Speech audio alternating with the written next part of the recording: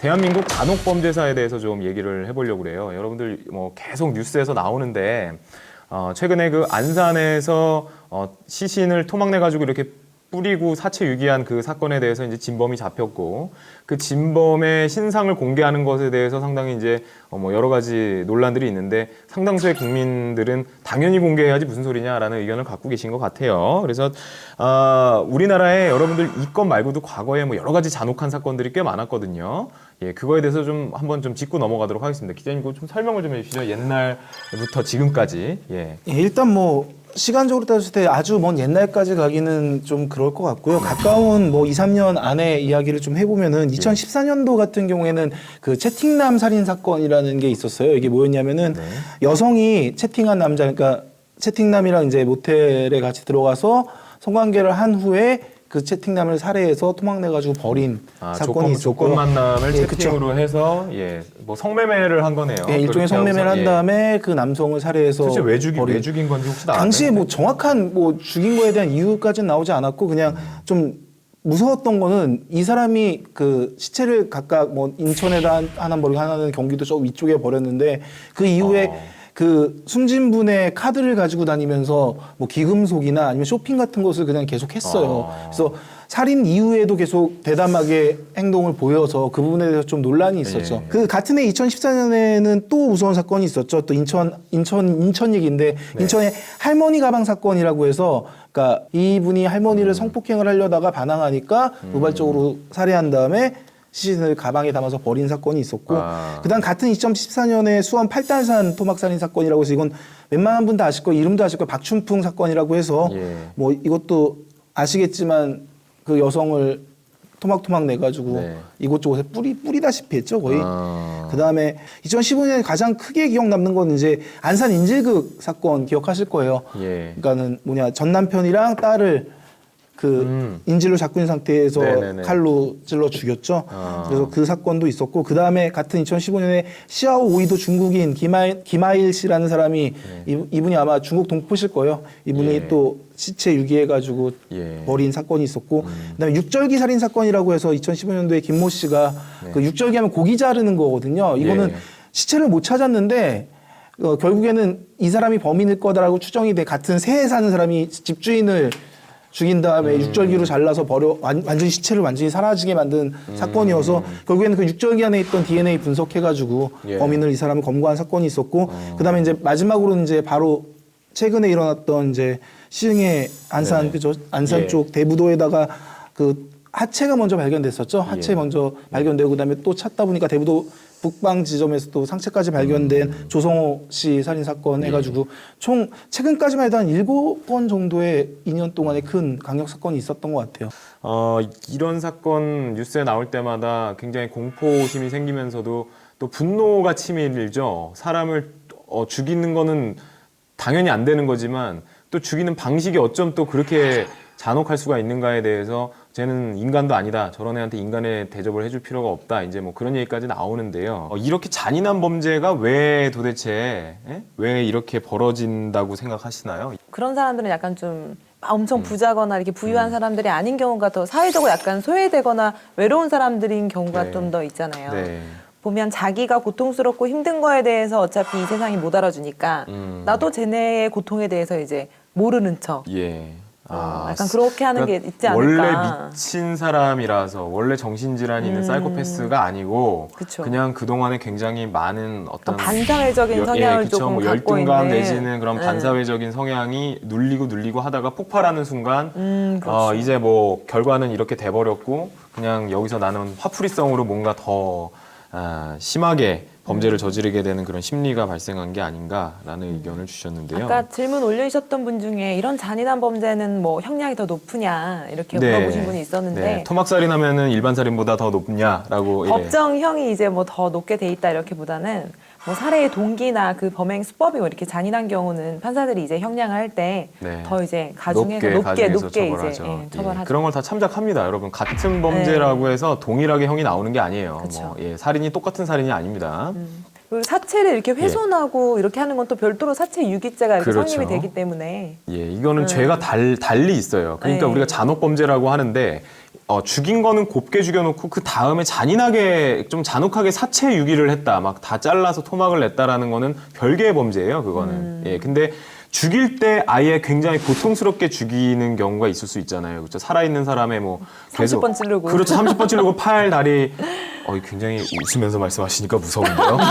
이런 부분에 대해서 이렇게 악마를 보았다 변호사 아니에요. 버전. 그런 사람 저 아니에요. 클릭하면 왠지 동영상 버전이 나올 것 같죠? AVI 확장자가 달려있는 동영상 파일이네요.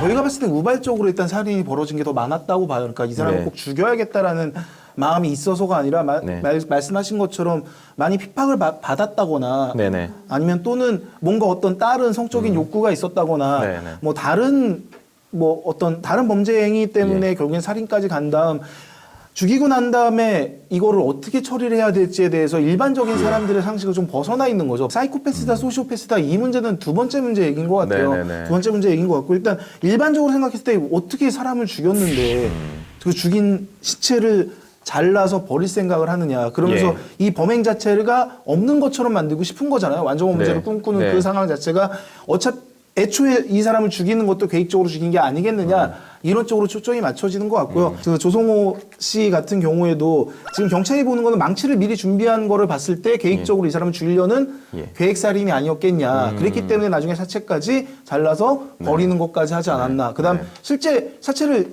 반토막 내서 버렸는데 상하반신이 나눠져서 버렸는데 지금 수사 결과 나온 거로 따지면은 그 좀 무게를 줄이기 위해서 안에 있는 장기 일부는 버렸다라고 버리고 뭐 이런 얘기가 나오는 피도 걸 봐서 빼고 뭐 그렇게 하지 그쵸. 않았을까요? 그런 걸 봤을 때는 일단은 우리가 일반적으로 생각하는 어쩔 수 없이 벌어지는 살인을 좀 벗어나는 범죄가 아닌가. 그래서 이게 흉악하고 잔혹한 살인 아니냐 이렇게 얘기를 하는 것 같고요. 예. 뭐 일부 전문가들은 이렇게 많은 잔혹하게 수법이 잔인해지는 이유는 뭐 분노를 표출할 수 있는 데가 없기 때문에 그다음에 개인적인 원한이 많이 쌓였기 때문에 이런 네. 극단적인 선택을 하지 않았겠냐. 특히 이 사람은 10년 동안 선배를 죽였기 때문에 10년 동안 이 선배한테 많이 당해온 게 억눌려 있다가 쌓여서. 마지막에는 계획적인 살인으로 그다음에 결국에 그 살인을 은폐하고 싶어서 토막내서 버린 게 아니냐 뭐 이런 데까지 얘기가 나오고 있는 중이죠. 네. 지금은. 진짜 아까 단순하게 생각한 것 같다라고 사진도 있는데 진짜 그랬을 수도 있을 것 같아요.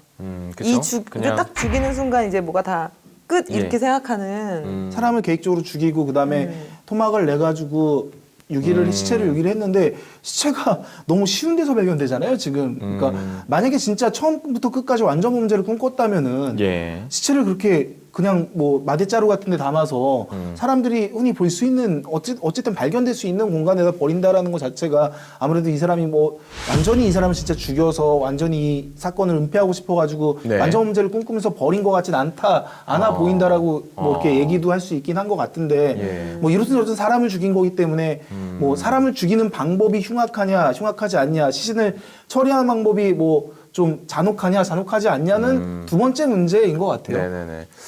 일단 이렇게 흉악범, 그러니까 잔혹한 범죄를 저지르는 사람에 대한 인권 문제가 지금 나왔어요. 그래서 얼굴 공개를 하자는 여론이 더 높은 걸로 지금 조사가 되고 있는데요. 그 변호사님이 우리 법상, 특별법상의 신상 공개가 법적으로 가능하려면 요건이 아마 필요한 걸로 알고 있어요. 그 요건에 대해서 좀 설명을 좀 해주시죠. 2009년에 그 경기 서남부 연쇄살인 사건 그 당시 강호순 씨 얼굴을 공개해야 된다 이런 이제 여론이 들끓게 되니까 2010년 4월쯤에 이제 개정이 됐습니다. 특강법이라고 하고요. 특정 강력범죄 처벌 등에 관한 특례법. 여기서 이제 8조에서 4가지 요건을 갖춘 경우에 이제 검사나 이런 분들이 재량적으로 해서 신상 예. 공개할 수 있다 이런 내용인데요. 첫 번째는 범행 수단이 잔인하고 중대한 피해가 발생한 특정 강력범죄 사건일 것. 네. 그리고 두 번째로는 그 죄를 범했다고 믿을 만한 충분한 증거가 있을 것.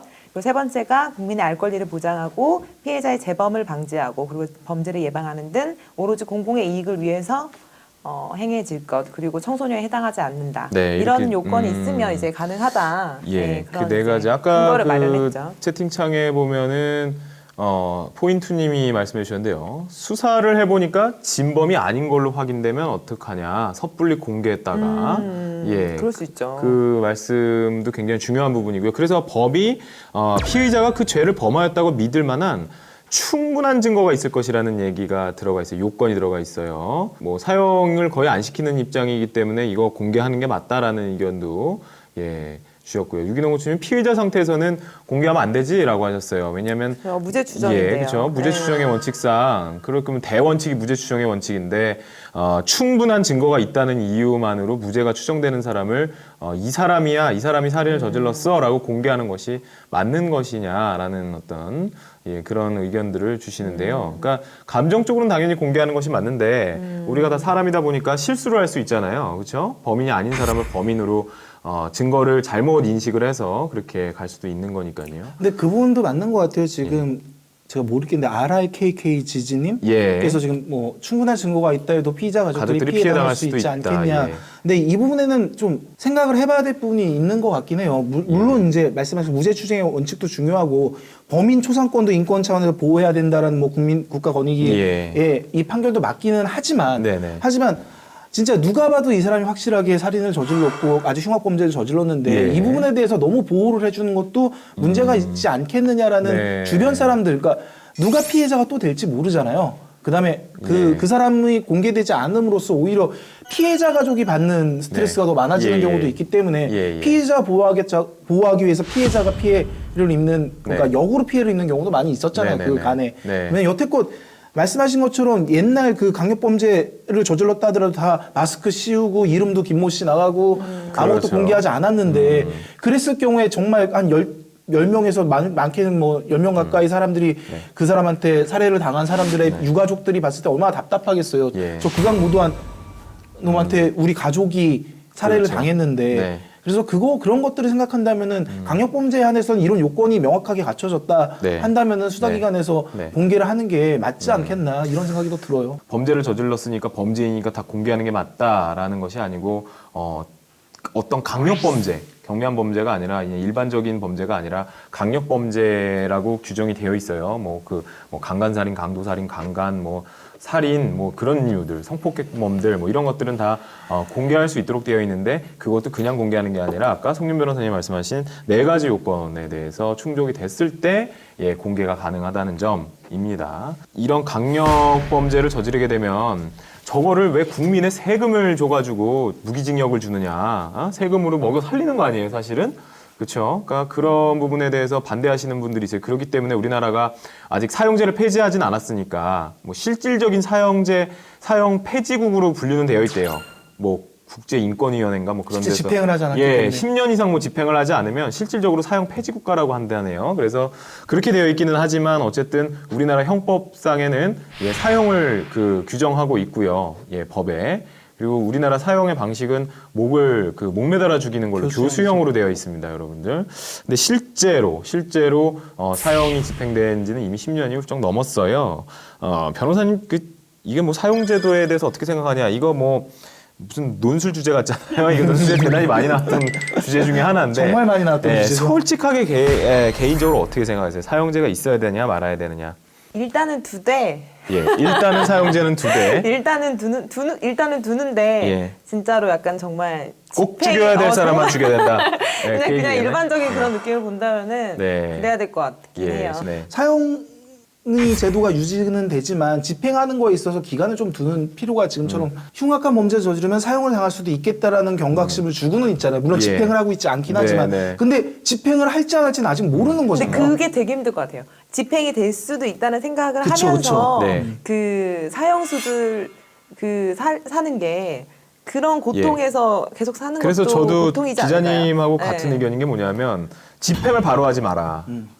돈이 들더라도 걔네가 공포스럽게 만드는 거예요. 공포스럽게. 계속 언제 죽을지 모르고 늘 그런 식으로. 하지만 반드시 집행은 된다라고 해야 된다고 생각해요, 저는. 그러니까는 10년이면 10년, 최장기 20년까지 그냥 살다가 어찌됐든 반드시 집행은 된다. 한다. 근데 그 기간이 언제인지 모르는데 최소한 나는 몇 년을 살지는 나도 몰라. 근데 종래 그걸 보면 3년 살다 간 애도 있고 5년 살다 간 애도 있고 10년 살다 간 애도 있는데 무조건 사형제도를 유지할 거면 집행을 해야지 이게 얘기가 되는 거지. 근데 지금 뭐 국회에서 아마 폐지 법안이 굉장히 오랜 세월 계속 동안 올라오고 있죠. 예, 계류 중인 것 같아요. 그러니까 인권이라는 것 때문에 사람이 사람을 죽이는 게 맞느냐.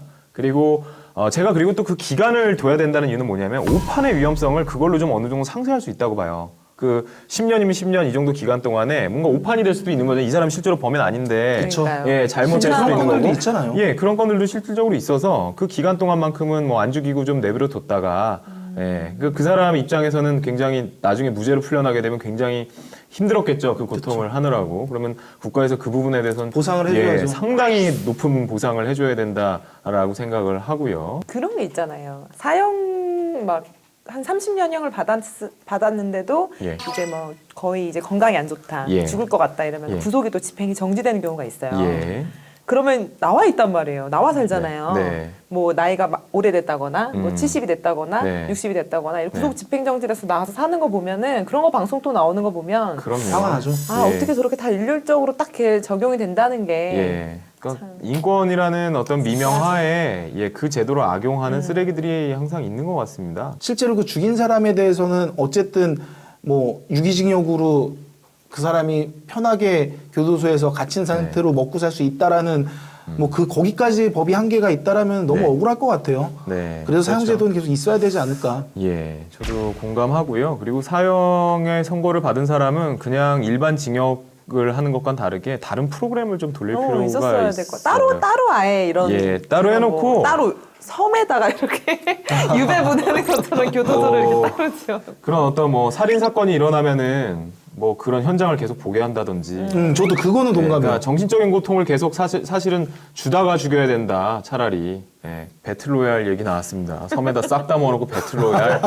야, 저거 하면은 창의적이시다. 저걸로 자본주의를 갖다 대면은 저건 어마어마한 돈을 벌게 해줄 그쵸, 거예요. 엄청 진짜 벌죠. 어마어마한 돈을 벌게 해줄 거예요. 웃자고 할 얘기는 아니지만은 아무튼 좀 답답한 심정에 이런 대한민국의 이런 잔혹한 범죄들이 왜 계속 증가되는 것인지 이게 사회 탓을 하는데도 좀 한계가 있지 않나. 예, 물론 개인에게만 모든 걸 돌려야 된다 이런 얘기는 아니지만은 이런 죄를 좀 줄이거나 방지하기 위한 어떤 국가적 차원의 노력이 필요한 게 아닌가 하는 생각을 해봅니다.